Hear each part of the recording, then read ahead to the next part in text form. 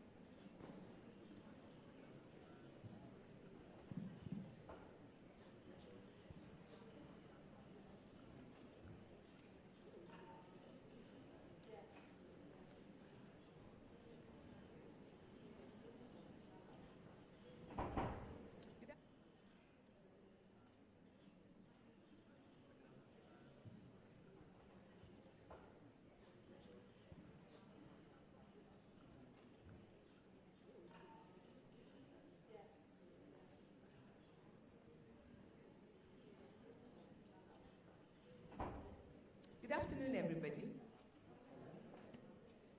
Good afternoon, everybody.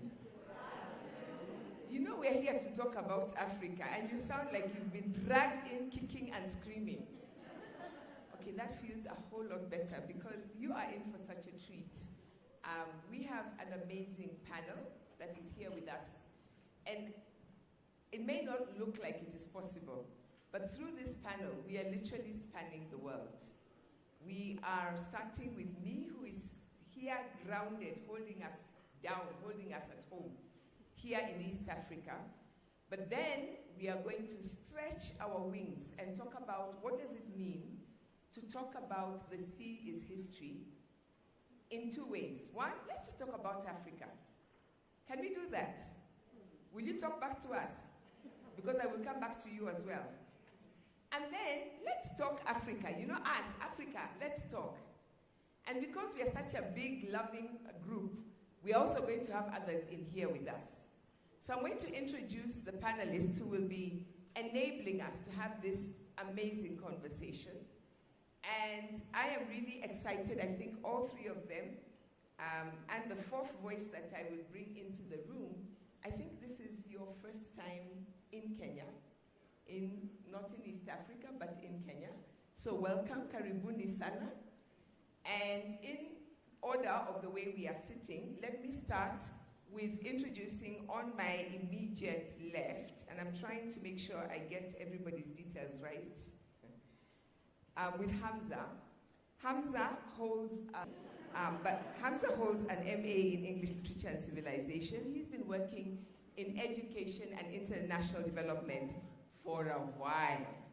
and he currently serves as the country director with the British Council in Algeria, which explains something because his book, Sand Roses, appeared in English. And I was like, an Algerian writing in English? Like he had the concept of Macondo, speaking across to other people as well as, and I'm sure there are Algerians reading in English. I just thought, this is so fascinating, and we'll talk about that. For those of you who would like, let me just set up about this session. We won't talk about their books. Their books are available, and there will be sessions where you can meet them and listen to them talk about their books. So Hamza has got a session that is at 4:30, which is straight after this, I believe, and it will take place in Ukumbi Mdogo. And that particular session is going to be about siblings, conflict, and transformation. And you will find, so when I picked up Sand Roses, I thought it was going to be, you know, the usual story, a sister or a brother who fall out about something, and then they fight, and then they get transformed, and they discover their family. But it's actually, that's not the story. So I encourage you, please go to that session if you can, because in the true spirit of Macondo, we want to make you feel like you can't do too many things at one time. There will be another session happening simultaneously right here with the speaker who is to my immediate left. And Shubhangi Swarup, who has written Latitudes of Longing. And I should say this about Sand Roses. Sand Roses was the runner-up for the Island Prize for the debut African novels. Talk about achievers, high achievers. You write for the first time and everybody is so excited about your book, it's winning prizes. Well, so did Shubhangi. Shubhangi wrote a book, Latitudes of Longing, that has been described by people who are really trying to figure out what is it, how do we describe this book, what is it that this book is doing. And I think one of the descriptions, I'm looking for it, that she writes the fiction of nature. And if you are wondering what that means, let me encourage you to join her. She will be right here at 4:30, and where they will be talking about this question of nature. Does nature have a voice? Should nature have a voice? Isn't it just something we just exploit and use for ourselves? And what does it mean when you begin to think about it in a special way? Shubhangi, the book that she will be talking about, won, I think, 2 prizes at least that I'm aware of. The Tata Literature Live First Book Award and the Shushila Devli Literature Award. And so again, these are amazing, amazing writers. And I am extremely interested because Shubhangi and I had been having this conversation. I think she was like, let's talk Africa. And you guys do know I'm not African. And we were like, yes, and that's why we want you. So from East Africa, we will be stretching north within the continent, and then across our shared seas, Ziwaku, Namchumbi, as we heard yesterday, what others out there call the Indian Ocean, to Goa and Mumbai, where you would normally find Shubhangi. And then on my immediate right, we have Jeferson, Tenório, who has written The Dark Side of Skin. Jeferson comes to us from Brazil. He is a he's got multiple awards and multiple books. And I'm looking for your session, Jeferson. Okay, I think it's on the printed one. I had printed some things because I was going to also read from our other writer. And this book in particular won the Djibouti Prize. And if you, Jeferson, you spoke just before this, right? It's right in the South. Yes. But this book is literally, it's about, and I think I'll give him a chance just to say a little bit because he won't have another chance.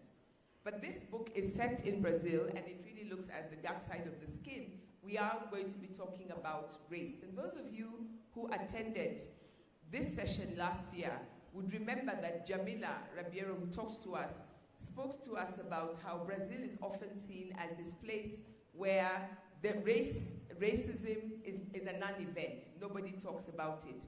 And one of the things that she talked to us about is why it matters that as we talk about Africa, we realize that Brazil is part of Africa, and that we are connected in many ways, and that we must be concerned about this. And so what I'm going to actually do is just to ask Jeferson if he could just say just a little bit about that book, because for those of you who won't have another chance to listen to him, it gives you a sense of what the book will be about. Boa tarde a todos. Boa tarde. Bom, o meu livro, O Aristoteles, trata da história de professor de literatura que é brutalmente assassinado após uma abordagem policial. Good afternoon, everyone. My book, The Dark Side of the Skin, talks about a literature teacher who is murdered by the police. E quem vai contar a história desse personagem é o filho dele, o Pedro, que é um rapaz de 22 anos e que conversa com esse pai morto. So this story is told by the son as a narrator, and during this book, the perspective is one of a son talking to his dead father.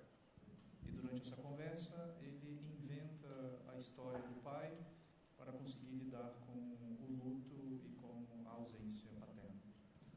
And during this story, he creates or imagines this conversation with his father so that he can cope or deal with the sorrow of losing or the absence of his father. And the session that came just before that, and thank you for that, was on writing the self. And I think what's so interesting for me is that for this son to find himself, he has to go back and find his father. And look for his father, understand things about that to find himself. In a way, I wanted to also ask that, because last year, what we did do in setting up the session was we talked a lot about the past and how part of us understanding and moving into the future would be about going back. But today, we will start from there and we will go a little bit forward. And I will come back to you in a minute. But now I want to come to Shubhangi and to Hamza. And I'm going to ask you to do two things so we get a sense. First of all, tell us a little bit about your work. But then I had asked each one of you, if possible, to give me a sense of another writer, a book, a quote, something you've read that has sparked your thinking about Africa. So, Hamza, Shubhangi? Okay, whoever went first, their country has just won the biggest prize, and India has lost because it handed it over to Algeria. It's all your fault, Shubhangi. He has a master's in civilization, so we let him go first. Hello? But clearly no technical skills to run this one. Thank you. Yes, a little bit about Sand Roses. Sand Roses is a historical novel set in 1930s in a small town called Bouzada in Algeria, in the desert, in the Sahara Desert. And it tells the story of these two dancers who belong to a tribe that used to have a very unique culture.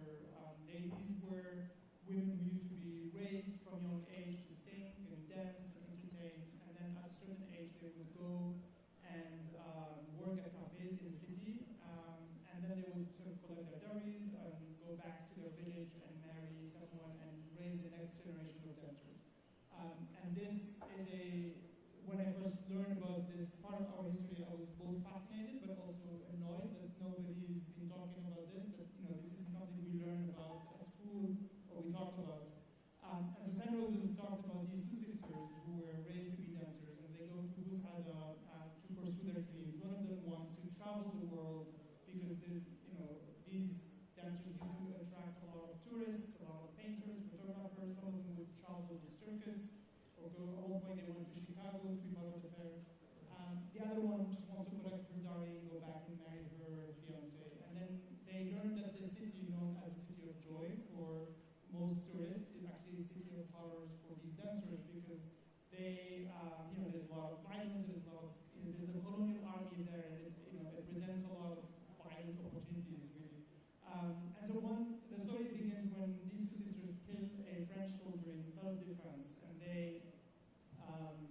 then when they try to hide the crime, they find themselves drawn deeper and deeper into a big cycle of violence that sort of puts everybody in danger, but also gets them to question who they are and sort of how they belong to the world. Yeah, because I want them to come for your session. But I want to keep that thought that we're talking about in Africa where we have even sisters, people who grow up in the same context with different dreams. And that dream is interrupted by others who come to the space with their own dreams. And then this has repercussions for who we are when today we say we are Africans. Whether we talk about it from Algeria, whether we're on the continent or we're in diaspora. Great start. What was the quote? What was the person, what was the thought that you came into this conversation? Who else do you want to bring into the room? Thank you for that. And I think, we've had a conversation, I've been thinking about it a lot. And like you said, you were surprised that Sandros was written in English. And I think, in Algeria in general, we're more sort of connected with Francophone Africa, with the Francophone world, with the Arab world, because of the languages we speak. But when I was studying, I was reading a lot about African literature. And so I think we read a lot from Nigeria. So, things fall apart come to mind because it's, Chinua Achebe sort of sets this world of like Africa before and after colonial powers come into play. But also, I think one of my favorite books was Half of Yellow Sun by Chimamanda Ngozi, because also she has these two sisters, actually twins, who are torn apart in a conflict in Nigeria, I think in the 70s. And I think that really, it helped me learn a lot about the history of Nigeria, but also in terms of how these cultural differences can sometimes create some of the conflict. And so I think when talking about sort of going back to our past, but also looking at the future, I think that was a very that was a moment that shaped the past, but also the future of Nigeria and part of Africa as well. So the ways in which these stories move from not only space to space, but also through time, and how this question of conflict and what it means then shapes who we are today and who perhaps we will become. Sorry, I cheated about two people. But yeah, that's fine. So now we have the Nigerians in the room. Can you ever leave the Nigerians out of the room? But here they are. They've come. Shubhangi, please don't bring Nigeria into the room, because if we have too many, they're going to overpower us. I'll spare you. So I think I have a master's in ignoring civilization. That is what my first book is all about. I worked very hard at ignoring the Indian civilization. So the narrative thread of my novel, Latitudes of Longing, is a tectonic fault line. I hope you guys know what a fault line is now, because that will be a separate session in geology. It's a crack on the earth.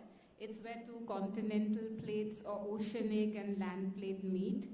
And there's generally a lot of violence, like earthquakes, mountains, valleys, this kind of, earthly drama that I call it, or geological drama. So I decided to use that as my plot, and I diligently followed it and all the stories told on the crack of the earth. And by doing that, I realized that I successfully avoided a lot of India. I started in the Andaman Islands, which is in the margins. Then I went to Myanmar. Then I went to Nepal. And then I ended in this kind of no man's land in the snow desert between India, China, Pakistan. Honestly, I don't know which other country is involved there, because it's too high and too desolate for anyone to go. So, when I started approaching publishers, one publisher asked me, "You've gone to a great extreme to avoid India." And firstly, our idea of India is this mainland, urban metro, what you call dystopia. So I didn't mean to do it. I was just working hard at ignoring these things. And I have a lot of insects, fossils, I have elements, goats, all kinds of ghosts in my novel. So it's a different sketch of characters in the novel. And now on to your second question, what was my... Because I am going to then say, and we're talking about Africa. What does all of this have to do with Africa? We will find out. I was trying to avoid this question in the email by telling you, I don't have anything, but I'm caught anyway off guard. So my sister is here in the audience, and I remember when I was in my young teens, she went to the US to study, and she got back this second-hand copy of Amos Tutuola, the palm white drinker. And it Another Nigerian? Oh, I didn't even know that, to be honest. You know, because I just I consumed the book for the book. And that's fine. And it just blew my mind, the way he used language. It was irreverent, it was scary, but, you know, it was fantastical. And after that, I started exploring these various kinds of realism that exist within African writing. My idea of magical realism was a slightly more sanitized version, but this kind of fear that comes, you know, like even with, say, Ben Okri or Miyakuto, it's, I appreciated this. I suspected it was an impact of maybe folk tales and oral stories and so many other influences. So, and honestly, that was quite formative. And a technical question, is Egypt also, or is that too north? I don't know. Is Egypt part of Africa? I don't know. I'm just thinking of Najib Mahfouz. I'm not thinking of the question. That's a loaded question. So I'm not thinking of the question, but I'm thinking of Najib Mahfouz. It was formative the way he uses, you know, these different kinds of realism. He wrote about Arabian Nights, which honestly has a lot. I mean, I feel that the tale of Arabian Nights has a lot of inspiration and influence from East Africa, like they say Sinbad the Sailor and his adventures, or those large birds come from Madagascar, and having gone to Zanzibar, I can sort of see where, you know, that world comes alive. But his particular rendition of the Najib Mahfouz's Arabian Nights and Days is a seminal text for me. It just takes what I thought was simple fantasy and magic to another transformative level. You know, you just mentioned, and I had a note of this because I found that so interesting. When you were in Zanzibar, now that you brought Zanzibar into the room, and therefore you brought our sea, you know, we take that sea very special into our room. Okay. You said this: when I first told people I'm going to Zanzibar, most mistook it for a seedy local bar in Mumbai. Which is true. Although it lies just across the sea, on the other side of the Indian Ocean, our fate tied together by the monsoon winds, Zanzibar remains an exotic land in our imagination, like Timbuktu or Machu Picchu. And I'm thinking about what you said in terms of this whole idea of the magical realism and how this has been something that you found both in Tutuola and then later on. And I'm just thinking, talk to me a little bit about this. What was your experience in Zanzibar? Because I know when you went there, it was not. Okay. See, you know, this is just a tip for all the writers. Things may come back to haunt you that you have done and not entirely processed. And this is one of those articles. Yeah. So, it's so interesting that I am married to a man who has relatives on every port in East Africa, including Dar es Salaam, and I still thought it was exotic enough to be the end of my world. So it's two very different realities, and they still are, right? Like, my entire life I have gone really far and out there to, you know, experience exotic and adventure, and what does it mean to be another, only to realize that I'm coming closer and closer home. The further I go out, the further I go inside and find home. And one of the experiences when I landed up in Zanzibar, we asked them to give us like, oh, give us your best local food, which was biryani and kachumbar. And I was like, oh, you know, that's like, I mean, to anyone in India, that's us. Is Zanzibar Africa? Right. To you? You know, I can't tell you what Africa is. I can't tell you what the Indian Ocean is, and I can barely tell you what India is. So I feel like how we perceive the world reflects on how we perceive ourselves. And I am really struggling, and on some days I succeed, some days I fail, on what does it mean to be Indian? Am I part of the subcontinent, or am I limited by these political borders that are as old as my father? I'm not kidding. that's how all our political borders are. So should I identify with that, or should I identify with the whole subcontinent? And I was thinking, based on, of course, also my creative journey. To me, I feel like, where does my history begin? Does it begin with human history, or am I part of a larger life history? Am I part of the history of this planet? Where do I choose to find my beginning? I choose not to find it in civilization. I choose not to find it in geographical coordinates. I don't want to call it a continent or an ocean. To me, it's a coordinate. Because over time, even that continent has shifted. My continent was an island that broke off Madagascar, as I was telling some of the writers. I live on this strip of land that was connected to Madagascar. That's where we broke off from. And there's a lot of similar flora and fauna. And I feel a longing, to see how is it there, because I know how my forest looks now.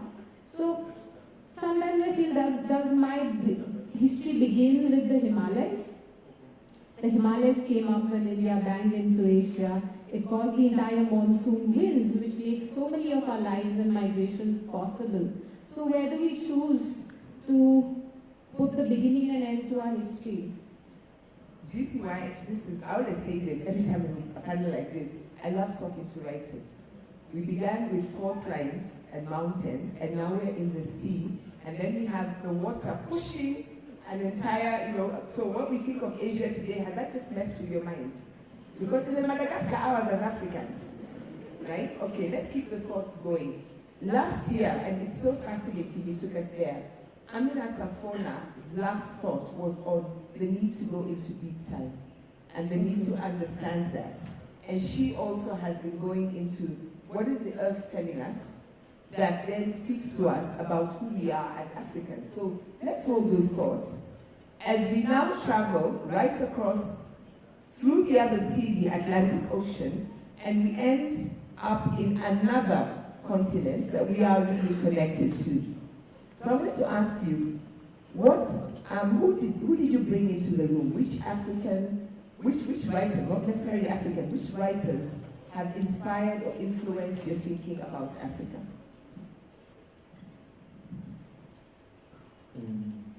Eu penso que o Oceano Atlântico, apesar das distâncias, criou um imaginário dos brasileiros em relação à África e dos africanos em relação aos brasileiros também.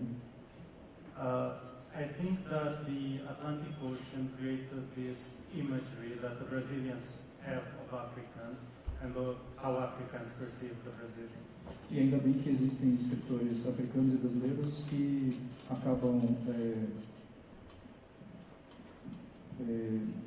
tornando o nosso imaginário um pouco melhor, né, da cultura, da outra cultura. And I'm really glad that there are African writers and there are Brazilian writers who help improve this image we have of each other, the Africans of the Brazilians and the Brazilians of the Africans. Eu comecei lendo autores de língua portuguesa em África, como Macondo, Literary Festival.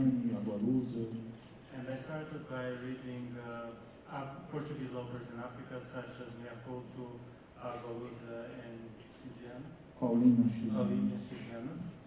De Moçambique. Yes, from Mozambique. So Lusophone writers or Portuguese writers? Lusophone writers. So African writers who are writing in Portuguese. Eu gostaria de começar falando de a história de uma deusa ou de um orixá. I would like to start this by telling the story of a goddess, or orisha as they call it in Brazil. Se chama Iemanjá. Their name is Iemanjá. E vem do Yorubá, Ieye Omu G, que significa mãe que é filho, mar. Não, os filhos são peixes, e Iemanjá seria a mãe desses peixes. The name is Yoruba, and the children are fishes, and the Manja is the mother to these fishes. E a história dela é que ela se casa com um rei chamado Oreque.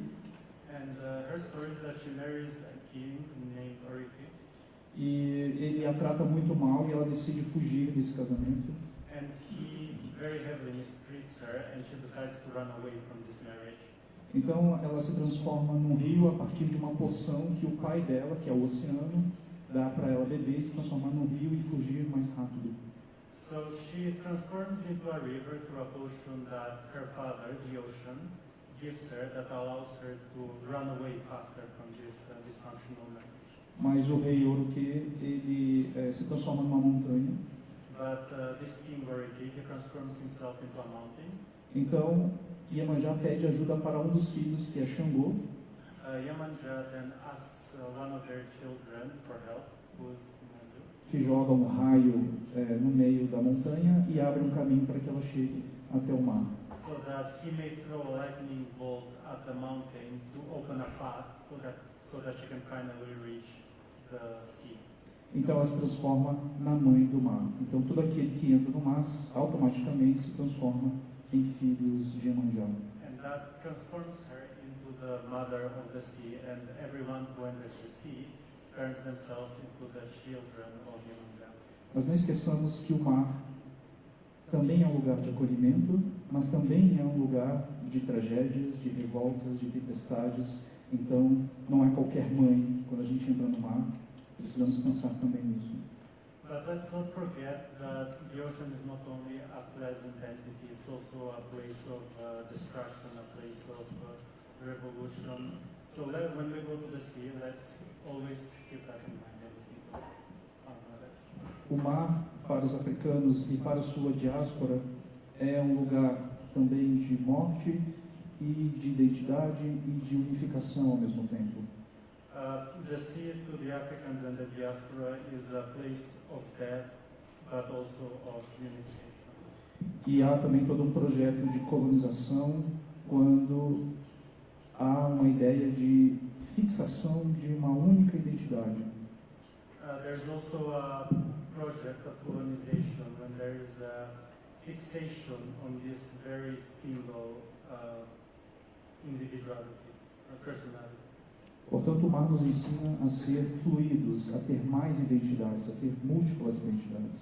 So the sea teaches us to be fluid, to have many identities, all of them different. E foi isso que eu aprendi com os autores africanos. And this is what I learned with the African authors. Wow, you may see me. Thank you so much for that. You see me shuffling pages because I was thinking there are two ways this can go. And I think, well, one, the power of, we're back to the sea. We've moved from the sea on the warm sea that we know as Ziwaku, and then we're reminded that there is another sea. But both of these seas have got interesting depths and layers to it. I really like that image of everybody, this goddess giving everybody the opportunity, the possibility of becoming her children.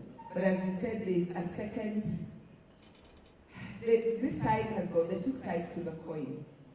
I was going to do this a little bit later, but I want to actually do it right now, because I think it brings the other voice into the room. We were supposed to be joined by João Melo, who unfortunately was taken sick. And what we did this morning was to read from, this is the fine because I won't put it in, I think I won't have time. But we read from this story. He actually sent us a big story that we read this morning, half an hour, thank you. And this story was supposed to be in conversation with the theme.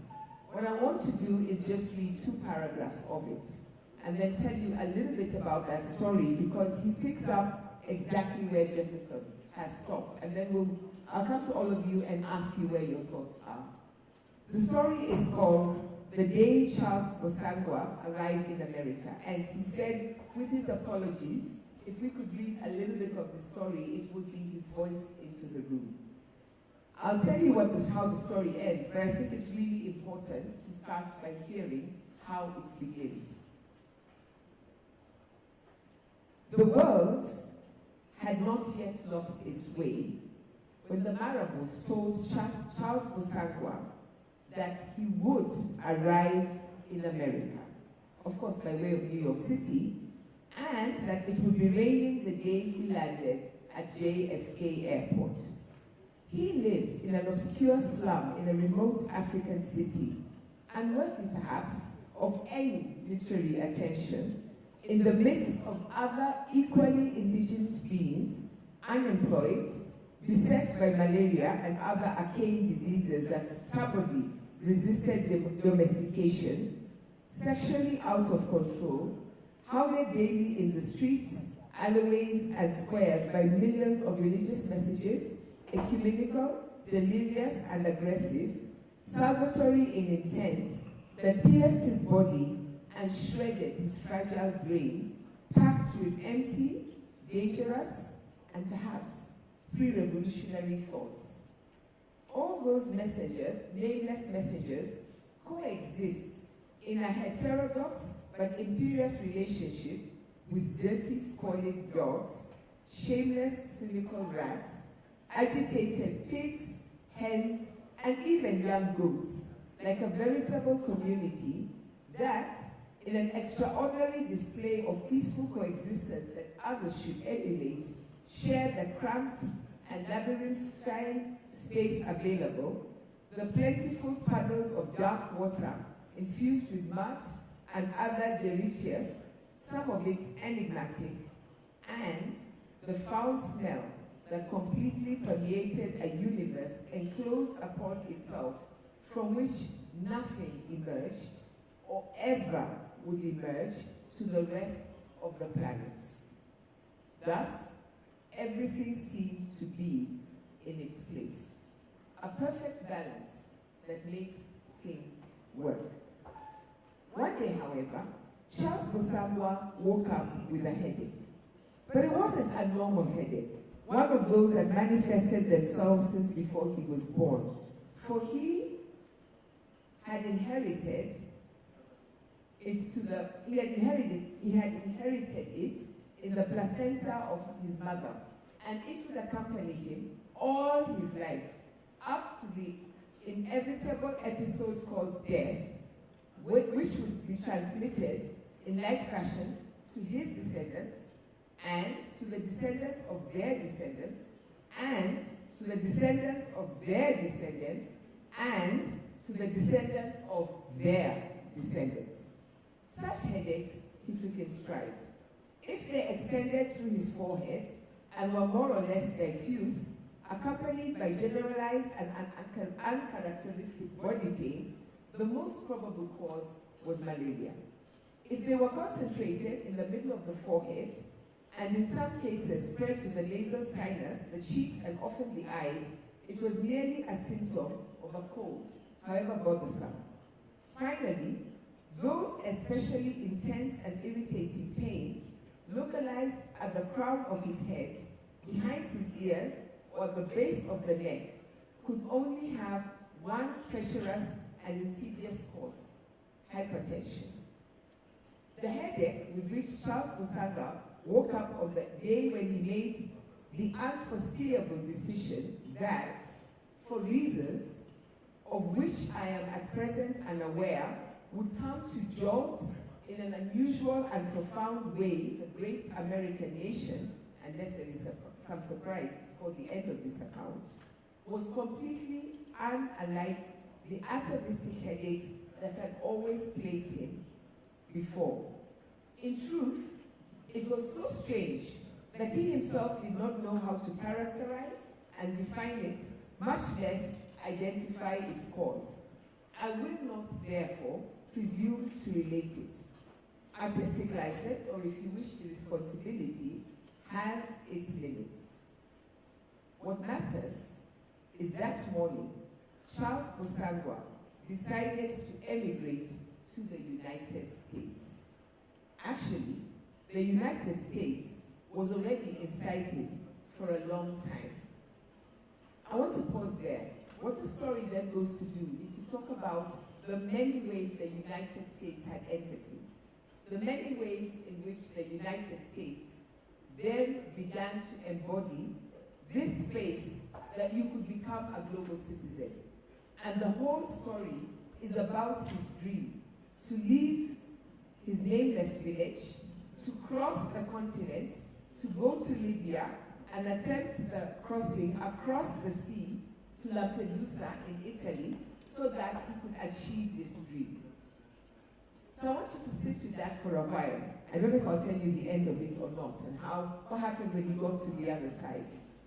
But my question to all of you, as you listen to this reading, as we think about the magical realism, as we think about the whole question of conflict, the whole question of what it does to us, we've traveled from the conflict in the colonial era, the conflict, the civil war that Chimamanda writes about, and now we're talking about the everyday conflicts, where many of us Africans are like, but really, is this what life is supposed to be about?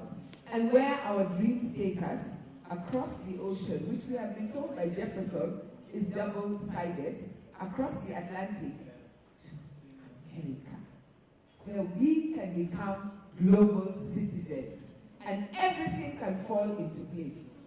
Let's talk Africa. Tell me about the future. What is your response to this? And thinking about all of you have said. And I'll try to see if this answers your question, but I think just building on that sort of the sea is double-sided and sort of like is a way for us to be global citizens. And then reflecting on sort of our own history in Algeria, where we have a different sea. It's not the ocean, it's the Mediterranean. But also our lives and our history have always been connected with the sea. And I was talking to someone in the audience earlier today about how exactly that point of double-sided, where there's this whole fascination with the vastness of the sea, but also there is a motivation to conquer the sea. That specific term, to conquer the sea.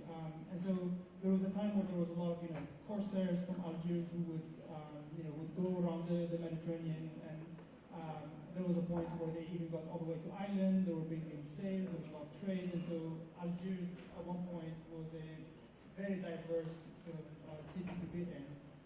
But that also brought us a lot of colonialism. There was like the Romans and then the Ottomans at one point, and the French more recently. And so in a way, it's a double-edged sort of sword where it opens you to the world, but also brings the world to you, and not always in a good way.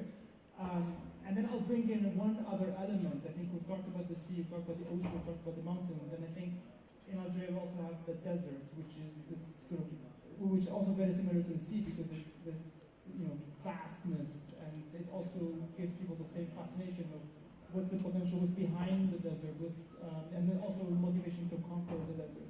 And at one point, it used to be also a way for us to connect with the rest of the continent. There was a lot of connections with Mauritania, with Mali, and then further down the continent. But then there was a period, especially I think the last maybe 30 years or so, where those two elements, the sea and the desert, became sort of in isolation, so like a way for us to isolate from the rest of the world.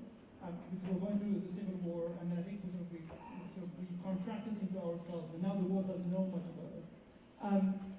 All of this is rambling to go to your question for the future, and I think the future now is really, I think we'll go back to looking into our origins, and so looking beyond the colonial history. And so in Algeria now we're talking about actually reconnecting with the rest of the continent. Just in the next month there will be Canex, which is the big creative industry event that's going to be hosted in Algeria. I think that's a really good way for us to be connected in an artistic way with the rest of the continent. There is now also they're building a trans-Saharan highway which takes us across the desert to the rest of the continent, through Mali and other countries all the way to Nigeria.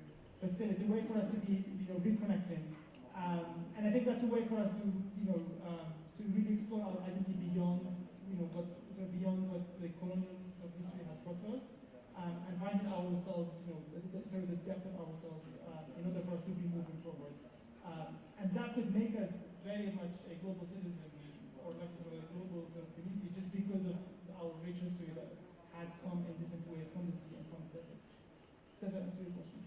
And it's not so much answering. I think it's a wonderful way. You're helping me think about how the sea both demarcates a space within, but also, and going back to your thought, Shubhangi, about not allowing someone to box us off and say, this is all you are, this is the civilization you can own, this is where you belong, but saying, actually no, because I can find other ways of belonging.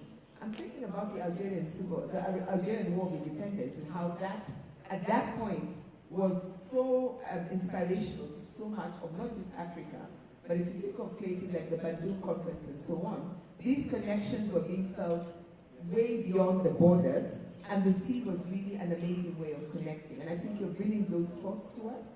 Yeah, and I think, the 1960s, Algeria was known as the third world capital, or the capital of freedom fighters. And actually, it was hosting freedom fighters from South Africa, from the US, from Latin America, for people sort of to connect around the notion of freedom.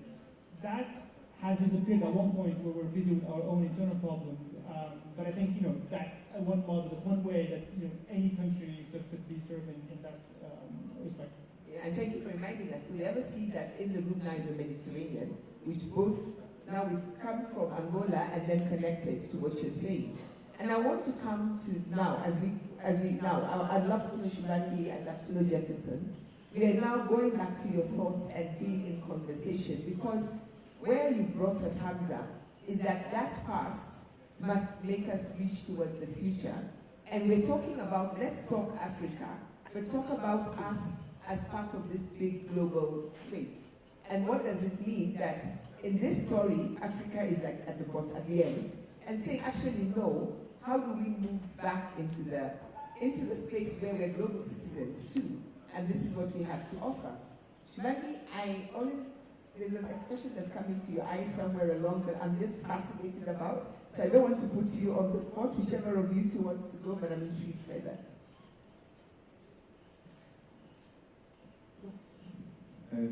Creio que podemos pensar o que significa ser um cidadão do mundo. I think we can ask ourselves, what does it mean to be a global citizen?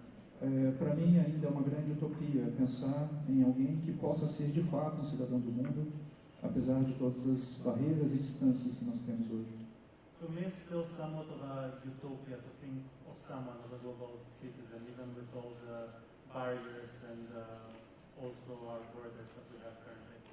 Creio que o sistema capitalismo não quer um cidadão do mundo, mas um consumidor do mundo. I believe that the capitalist system does not want a global citizen, but it wants a global consumer.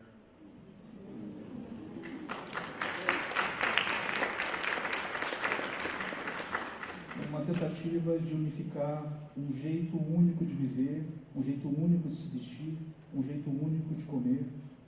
It's an attempt to make us all have a single way of dress, a single way of eating.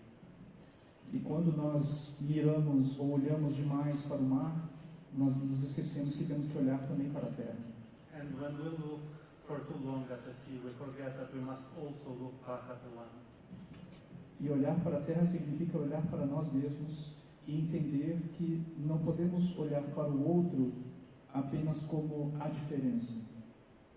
And to look at ourselves, it means that we must look at others not only through the lens of what's different. Devemos olhar para o outro como alguém que é único e singular no mundo. We must look at another person as if they were individuals, if they were unique in the world. E a partir desse momento é que eu acredito que vamos conseguir ser um cidadão do mundo. And I believe it's just from this point that we will finally be able to be a global citizen. I'm coming to Shubhangi, that is so amazing. I will just read a few more lines from João, which actually just picks up on that thought. Exactly where I stopped, where I said the United States was already inside him for a long time. It entered him through his eyes and ears by way of multiple simplified and explicit messages that randomly and uncontrollably, the thought, circulated in the networks that cross and unify the weakened planetary flesh, contaminating it beyond repair. Fiber optics, satellites, transoceanic cables, radio, television, internet, emails, Viber, WhatsApp, Instagram, whatever. Phrases, sentences, images, labels, anathemas, truths, lies, half-truths, half-lies, post-truths, post-lies. The great world system, disseminating through the centers that command Hollywood, through the innocent and benign veins of YouTube, Netflix, and others, that are being secretly designed at this precise moment. Simple entertainment, obviously, about which I am not complaining. Shubhangi. It's got me thinking in so many ways, firstly, when we speak about this citizenship, I come from a coast, and that means when you're standing on the coast, you can either look at land, which is most of my city, they use the beach as a backdrop to their lives on Juhu Beach and many of our beaches in Bombay, literally taking photographs of sunsets. Or you can look at the sea and, put your back on the land. And I tend to look at the sea as a place of belonging. And there's a very childlike question I want to ask. When we are 5 and 6 years old, we also consider the sharks and the whales and the crabs citizens like us, right? And then we grow up and education tells us that citizenship is just us, it's our politics. As human beings. As human beings. But now that I'm with my children, and even when I was a child, even a bee is, your country is a garden, and the bee and the earthworm and the millipede are all your fellow parliamentarians, right? That is your politics, that's everything. So, I fear using the sea as a backdrop or a metaphor, but not as a literal heaving ecosystem that we all owe our origins to. And how do I respect and use that as part of my identity to, the ships that sail. Now we have migrations of, them, what you call whales, and so many animals get killed in the migration. Or we have islands of plastic. That's us also contributing, right? Vortexes and plastic, I think there is a continent bigger than Australia of the junk that we have disposed. Can I think of all that also? That's what I'm thinking. And, related to the important point you made about global consumer versus global citizen, it's such an important, warning. And I wonder, how can we have an opinion globally, Right now we are even denied that. Like, my experience of publishing a book in 17 different languages brought it to my attention that when you come from the South, you tend to write from experience and not from research. This is an assumption. There is always this identity politics at play. So how do I break out of that? I try to, also enforce that, some places in India as foreign to me as they could be to anyone. I'm also focusing on research. How do I influence this international stream of ideas? Because I feel this Western project has taken our civilization down a particular path. And there is something very revolutionary in a festival like this, which is we can actually, take a step back and think, do we dream of another way forward? And, what is that way? For me, that is what has brought me here. What is that other way of doing things and influencing? So I want to just pick up your question. I think it's such a great question.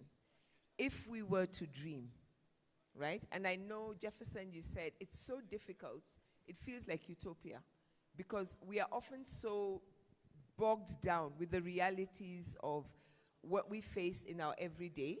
We are bogged down by just the knowledge of this. The world is, and this is what João explores, the world is set up in such a way that I, as an individual, or we in this room, or whoever, we're too few, we're too weak, there's nothing we can do. So the only thing we can do is become part of them. When you become part of them, then your voice counts and the voice matters. But let's just assume that this is Macondo, right? Yes. Guys, we are Macondo citizens. Yes. We are Macondo. Anything can happen. Anything is possible. What we decide here and now is going to happen. So you are going to lead me in saying, if there is one thing, your dream, this is what I want to see happen. And when we talk Africa to the world, Africa amongst ourselves, Africa in that big sense where we are connected through the seas And I love that fault line to each other. We are the center of the world. We can actually make the world be what we want it to be. What would that dream be? What is the one project of your heart, the one project of your vision that moves us from saying that's utopia to saying, if all of us here in this room committed ourselves, folks, we can change the world. So I'm giving you willing people. See, they said yes. They're citizens of Macondo. They can make it happen. You know, something comes, I'm not going to overthink it. What comes to my mind is if each of us could have a belief that I am the center of the world and write with that belief, explore the world, or whatever job I take, my exploration, carry that grounding that I am the center of the world. It's not the Greenwich Meridian that decides how many hours away I am, you know. It's just a fluorescent green line on a small island, you know. Just if I can think and believe that, I feel it would be revolutionary. Let's just say it together, people.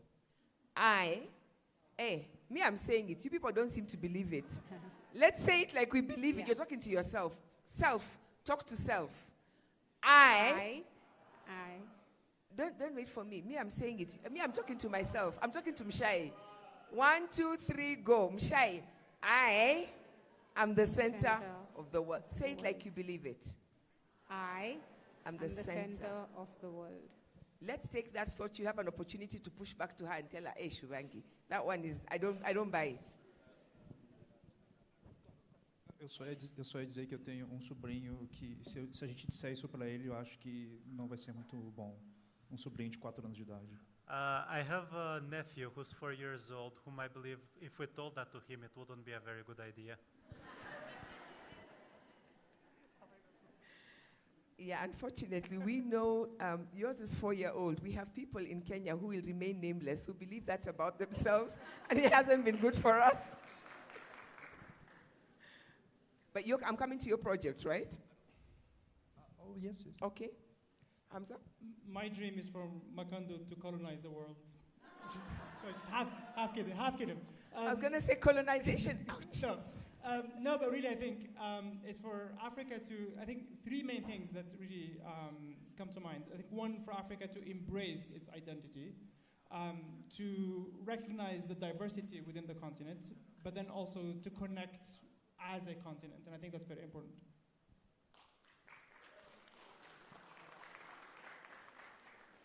So I like this. We're starting first with ourselves, each one of us as an individual, and then we are saying, it won't just be this individual.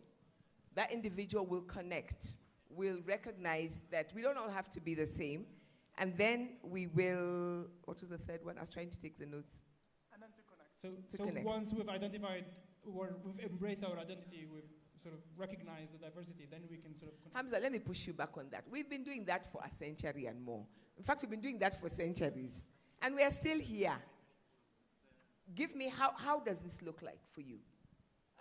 I think it's true, probably, I think a lot of people have been through this for a century, and I think maybe sort of in Algeria we're a little bit late to the party. I think right now what's going on in our context is we are really trying hard to move away from the colonial narrative, and I think that's the first step of identifying sort of ourselves, and because our identity is not just the colonial history, there's so much more.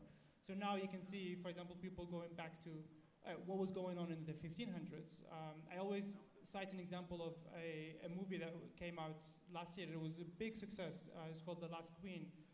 And it was probably one of the first historical sort of movies that didn't talk about the colonial history. It was about 1500, this last queen and then nobody was speaking French. It was a completely different architecture, completely different all of the characters are like from the 1500s. And so that was the first time people were, recognizing a different part of their history. So in a way, we are a little bit late to that party. But also I think, to be honest, I think an event like Macondo today is a perfect example of how we're connecting without sort of going through the West. So we're connecting intercontinental. And I see a lot of events like that are bringing, I think, people from all over the continent. And I think that is a step That probably wasn't the case maybe 40 or 50 years ago. So I think, yes, it has started, but we're finally getting to the connection. And it's, now we are learning about each other. We're learning more about Nigeria, about our neighbors in India and in Brazil, but also, again, bringing some other parts of the continent that haven't always been so part of it. The Nigerians have paid. I promise you, they have insisted on being on this panel.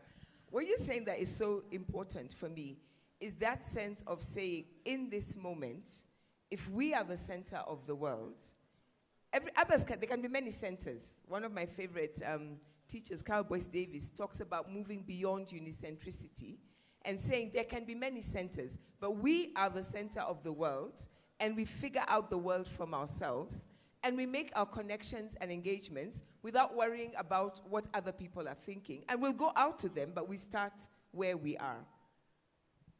Jeferson? I have a dream. Tenho sonho. Oh. Sorry. Eu disse essa frase porque, enfim, é uma frase bastante conhecida de Martin Luther King. I've made this statement because it's a very well-known statement made by Martin Luther King. E também me lembra um livro de um escritor angolano, do José Eduardo Agualusa, O Vendedor de Passados. It also reminds me of an author, an Angolan author named José Agualusa. The name of the book was The Salesman of the Past. E ao final do livro ele cita essa frase do Martin Luther King e depois ele atualiza essa frase dizendo que nós precisamos fazer um sonho. So at the end of the book, he quotes this phrase or sentence, and he cites that we must actualize this phrase. We must make it into a reality, no longer just a dream. Eu gosto desse verbo fazer ligado ao sonho porque dá mais materialidade e mais lucidez para realizar um sonho. I really like this verb to do in association of dreaming because it allows us to bring materialization and actualization E acho que of the dream. fazer um sonho significa, antes de tudo, olhar para nós mesmos, identificarmos as nossas falhas, os nossos erros, aquilo que há de mais sombrio em nós mesmos, para que a gente possa fazer o contrário com os outros. And making these dreams means looking at ourselves, looking at our darkest sides, our faults, our mistakes, everything that's wrong with us, and from that we learn to do better and to make this dream into a reality. E foi por isso que eu escrevi um livro chamado O Avesso da Pele. And that's why I wrote a book named The Dark Side of the Skin.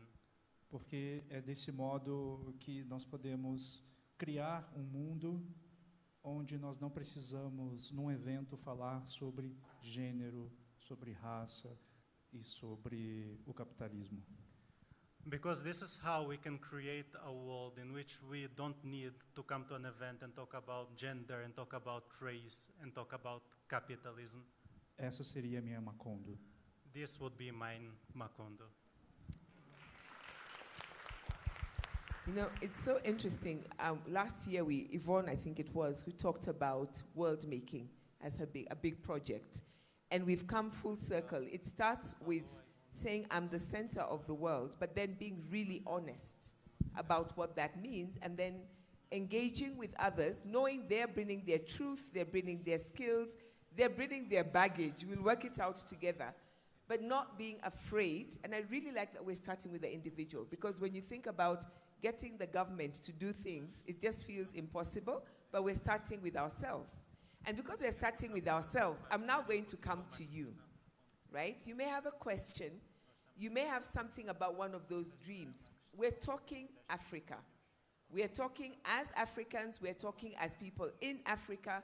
We're talking as people who are part of global Africa, but we're moving towards that end. Back to we started late, so I'm taking a couple of seconds. Can I have some questions? Comments? Are we just sitting with it?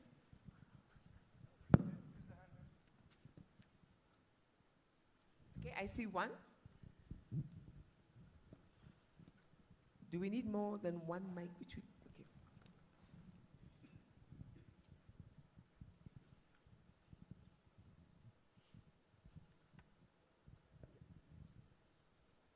I feel like the mic is going the sea route round.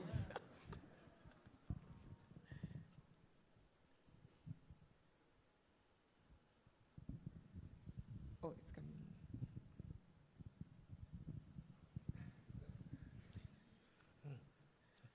Thanks for the panelists. My question is, as we start talking about Africa, should we think about the prize? Well, writing as an African writer and the prizing, when we're talking about those winning of the awards, where do we start as writers from the African perspective? So as we talk, do prizes matter? Should prizes matter? For those of you who are writers, great question. And I did start by saying that there are many prize winners here. Hi, my name is Laura. Thank you so much for tickling my brain in the right spaces. I just wanted to ask about decoloniality. Hamza, you had mentioned a little bit about moving away from colonial narratives. How or what language can we use to decenter this partition of Africa and our colonization history as this marker of two times, two spaces, or two worlds, right? Yeah, that's my question. So the question on decoloniality, and then I see actually one hand there, then we'll come across and we'll start there. So just let's finish since we're on this side.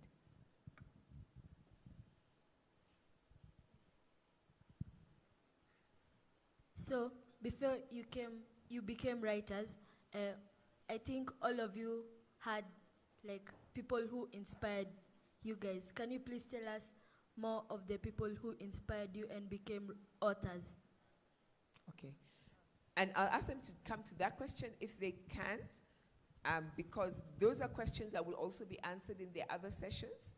But if we have time, I'll also ask you to take that one. So let's move it to this side now.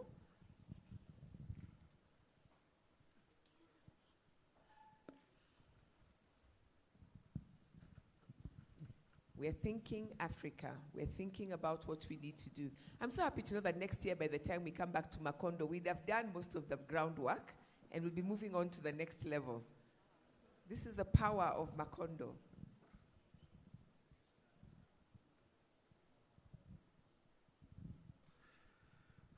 My name is Theophilos, and I'd like to share a story. A few years ago, I was going through immigration check at JKI, and the immigration officer looked at my passport, and he looked at me and he said, Nigerian. And I was almost going to say, no, Chinese. So the point is, when you have a country with a population of over 200 million people, I mean, it's not possible to escape them, you know, but and on a more serious note, I find myself in spaces where people judge me or see me through the lens of my nationality and not for the person I am, you know, so I have to start proving, oh, I'm Nigerian, but, you know, so please, I'd like to encourage everyone here, when you meet a Nigerian, just give him or her the chance to be human. There had to be one in the room. And you have a lovely dress, by the way. Thank you. you. And I want to just pick that up because I think that connects that with that question of diversity and individuality. There's a reason I kept saying the Nigerian thing. Keep coming into the mic as I'm talking while you get to the next person. Kenyans, did you hear that nobody is inspired by us? There's a reason I kept pushing that thing. Me, I didn't hear anyone saying, a Kenyan writer, so Kenyan writers need to inspire the world. Go ahead. Hello. My question is for Jeferson. I know you're also in academia, and I'm wondering, because I have read that African histories have become mandatory in Brazilian education. I'm wondering if you, as a person in academia, you still believe that there are faults at hand while disseminating these histories and in sort of creating those connections. Okay, and I'm asked if you, when you're speaking, please stand up, but we're now looking at this question of correcting faults. And I wouldn't just say the academic, I think you talked about research as well. So as you work and you're writing and you're telling your stories, is there that, if I get it and understand well, is there that, do we correct what has been out there? Mike is with, I think it was there, yes, I was thinking there's one more hand. And then we'll come round and then we'll see if we have another set. You see why the sea, when you talk about the sea's history, the landmass in between has to be connected somehow by bodies. Good afternoon. My name is Collins Buzu. I'm a Kenyan writer. Please stand up. Okay. My name is Collins Buzu. I'm a Kenyan writer. So I believe as writers, we actually write about relevance and they're actually an inspiration, and actually you're supposed to be answering questions. So with Africans, so what has been lacking for so long is that we, like the previous writers, they used to answer questions about colonialism and its effects. But have they, would we say, the modern day writers been able to answer questions about psychological needs in as much as the current people are facing problems, say addiction and various other problems? So do the current writers answer such questions? Okay, so as a writer, you're asking if writers are answering questions, which I find is completely interesting. And answering questions in a manner that they are solving a problem. Okay. Yes. So for those of us who believe writers are there to solve problems, do we think the writers are answering and solving problems? I saw your expression. I'll take those last two and then we'll come to all of you for whichever question. Thank you. My name is Jackson Nyonje. Two questions. The first one is Africa has been dreaming for a long time. You know, Senko, we have had Senko's dream, Nyerere's dream, Mandela's dream, Becky's dream. Have these dreams realized anything? Should we continue dreaming, as Africans, or, we stop dreaming? Or they're just mere pipe, actually, dreams? Secondly, we have been grappling with this problem of the phones, we've been demarcated along the phones, Anglo, Lusophone, Francophones, which has been a problem. So, eaten into our identity. So we feel, very happy if we say, we Anglophone speaking, or we Francophone speaking. But then, currently, now we have other identities coming up. That is along the economic blocks, ECOWAS, East African community. Do we believe they are going to solve the African problem? And that, what I've mentioned, what is the place of the writer? Okay. So we are back to this question, the issues that are there to deal with. What is the role of the writer? I want to keep taking it back, that we're not just talking about writers, we're talking about ourselves. Okay, that last question, and then we'll come to the panel, and then if we have time, we'll take more. Hi, my name is Adiambo. So my question is more about the appropriation. Like, for example, I recently attended a launch of it was a comic book written by comics from all over Africa. But you realize that the book, first of all, it is only written in English and Germany. Then the exhibition has been done in Nairobi, then some in Germany, and others in the UK. So you realize that and coincidentally, the comic was focused on Pan-Africanism. So is the focus on the selling the book and making sales, like for African writers, or is it about for impacting people in the African nation? Because it is us Africans who are supposed to learn more about what Pan-Africanism is, in my opinion. I think we should focus more on exhibitions in around African countries rather than exporting our art to the Western world. Yes, thank you. So she's taking us back, and it comes back to the panel. What is our role Who are we writing for? Who are we working for? How do we come together? How do we go through the boundaries? These are a lot of the questions that are coming through. How do we move from where we are to solving problems? Where do we start? What do we do about decoloniality?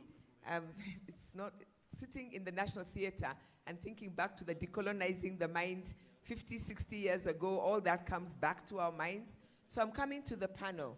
Whichever of these questions works for you, and if you can, quickly the influence, who has influenced you? And I'm going to tweak that question. Who has influenced your thinking and helping you think about the issues we're putting on the table as you hear back from the audience? I'll try to talk a little bit about I think the colonialism, because I think that was addressed to me, and a little bit, I think, in relation to correcting the histories. And to me, I think what's really important, I always say, and I feel like I'm hypocritic, I am a bit of a hypocrite about it, but I always say the best way to move away from colonialism is just stop talking about it, but I keep talking about it. So it's, yeah, I need to do better about that. But really, I think what's important is to dig into our stories, because I think at the end of the day we are humans, and I think we're here all about about books, and I really believe in the power of story, because then you can tell the stories of people and communities, and I think that's one way sort of to give voice to a lot of the. I go back to diversity. I think Africa has a lot of different ethnicities, a lot of diverse histories, and I think it's important to give voice to all of those people. And it goes back to, I think, the correcting history point, Mshai, I think, because when I was doing research for Sand Roses, again, like I said, I was really fascinated, but also annoyed that it's a story that's not being told enough, or almost always buried under sort of shame and conservative beliefs. And I found two trends that sort of tell the story of the Red Nile dancers. One of them is very orientalist, very almost fetishist in a way that sort of like portrays these women as a sort of exotic creatures. And then there is the other side, mostly sort of the Algerian side, who either deny the existence of that history, or they would try to justify it. They say, oh, it was poverty, it was colonial times, they didn't have another choice. And I was really making a conscious effort to, I don't want to say give them a voice, because it's not even my place to give them a voice, or reclaim the history, because it's not mine to reclaim. But maybe in a way I was trying to sort of tell that story and sort of explore their voices in a way. Because that's, I was really trying to make sure that I tell a story from the point of view of women who did live through that experience, and what would it feel like in that regard. And to me, that's one way sort of we're exploring our history. We're moving away from colonialism, and I don't know if it's correcting the history, but sort of like exploring other facets of it in a way. Thank you, I like that. And it's the personal projects where we started, where you say, this is important to me. I think you're agreeing with the thought that was put out there, that these are projects we need to take on, but not wait for the big somebody from out there to do it. It's the personal projects, whether you're, especially for writers. Do I have teachers in the room? Okay, we've got Kazi Kwetu. We've got a lot of work that we as teachers can also do. Shubhangi or Jeferson?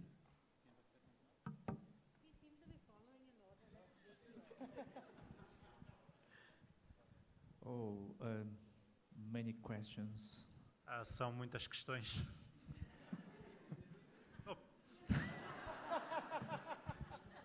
Estou fazendo de propósito. He's doing it on purpose.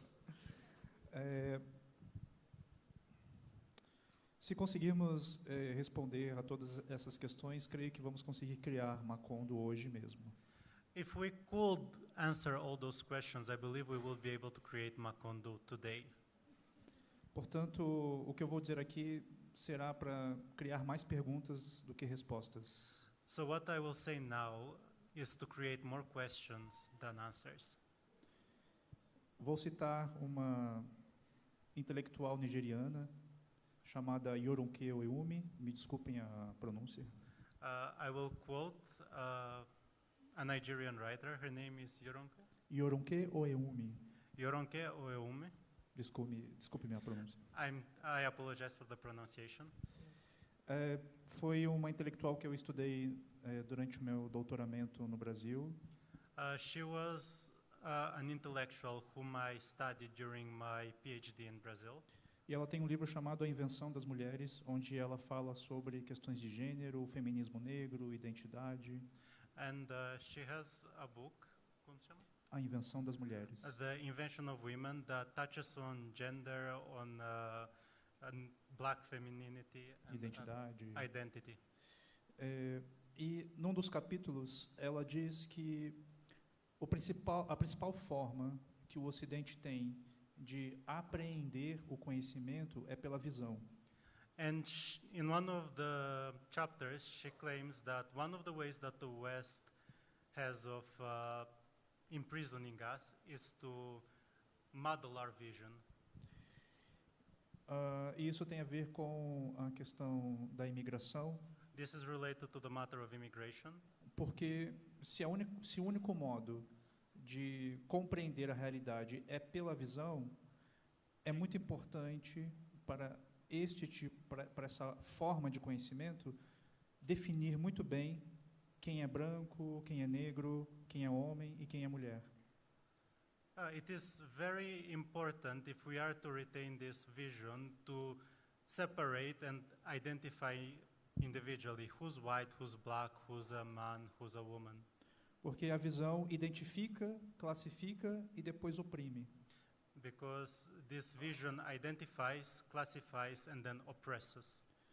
A forma que nós temos de fugir desse modo de apreensão do conhecimento é valorizar os outros sentidos, como a escuta, por exemplo, que é muito mais filosófica. And one of the ways we can use to escape this knowledge imprisonment is to put more value onto our other senses, such as our hearing.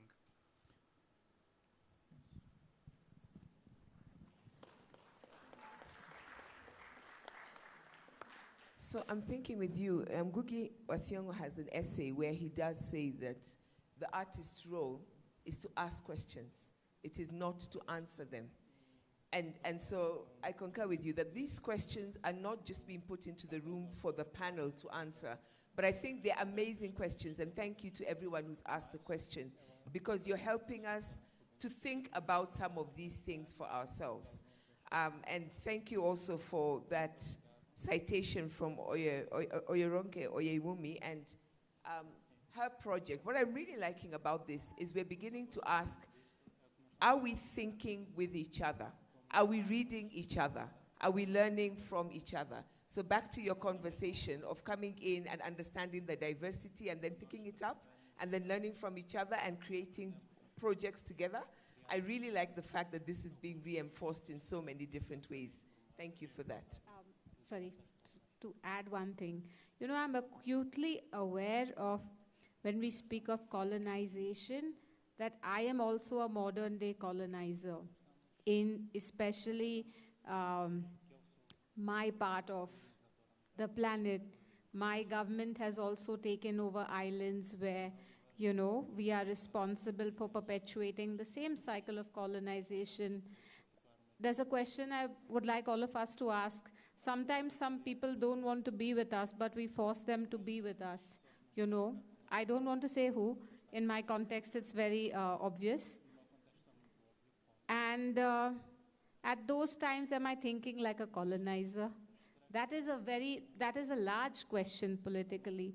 But even at a personal level, I'm a colonizer when my demand for Wi-Fi and air conditioning leads a forest to go, because there is a particular way of life that goes with it and not mine. I am literally plundering for my way of life. So I am also a modern day colonizer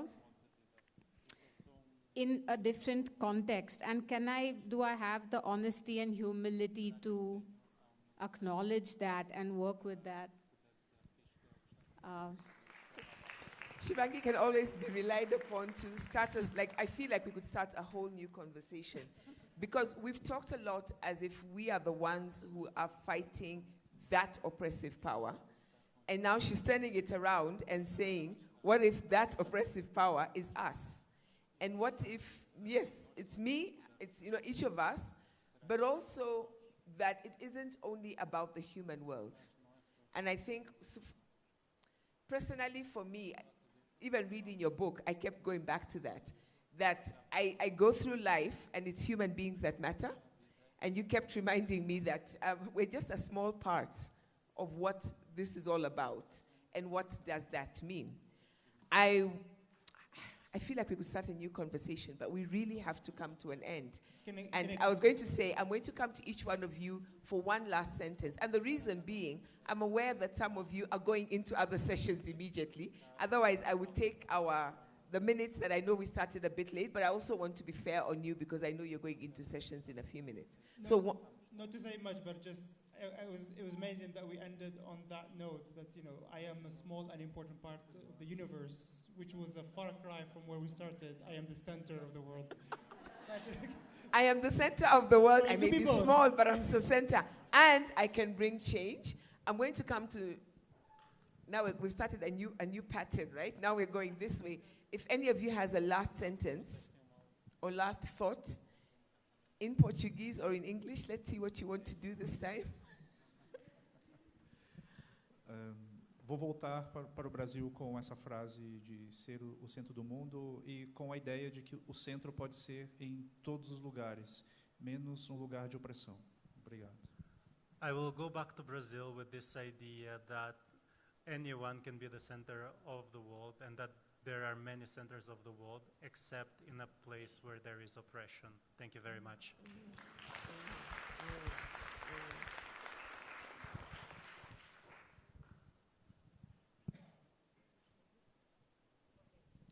I would like to say that a true center of the world acknowledges that it takes a whole world to sustain a tiny dot. I love the way you're weaving in and out of it. So this gathering, this talking to each other, it is important to talk to each other and recognize that not everybody is me, and then figure out from there what happens. Not every living being is me.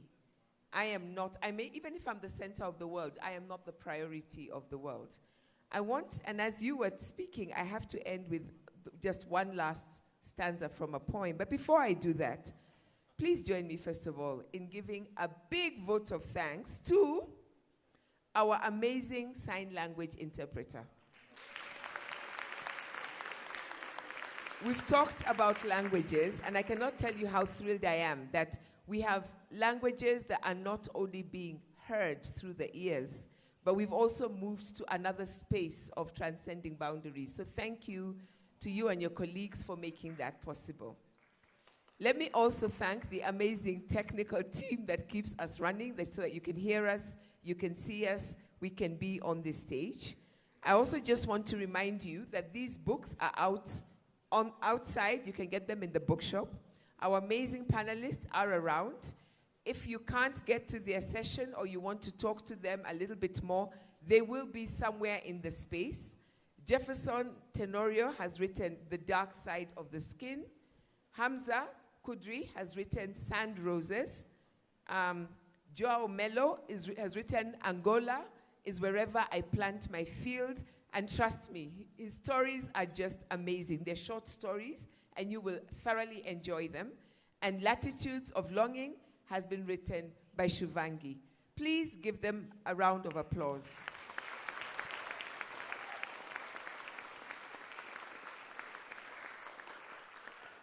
I also want to remind you that panelists from here will feature in both the session across in Ukumbi Mdogo and the one here.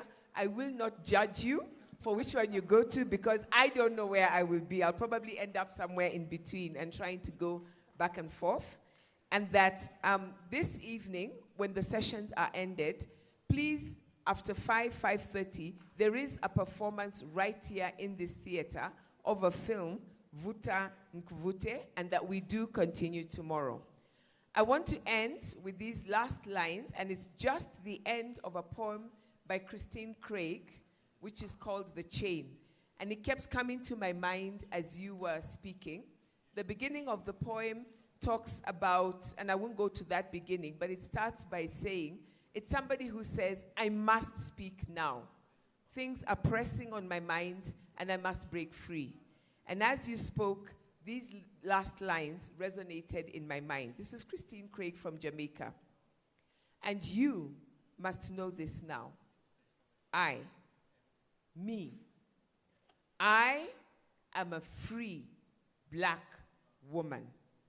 My grandmothers and their mothers knew this and kept their silence to compost up their strength, kept it hidden, and played the game of deference and agreement and pliant will.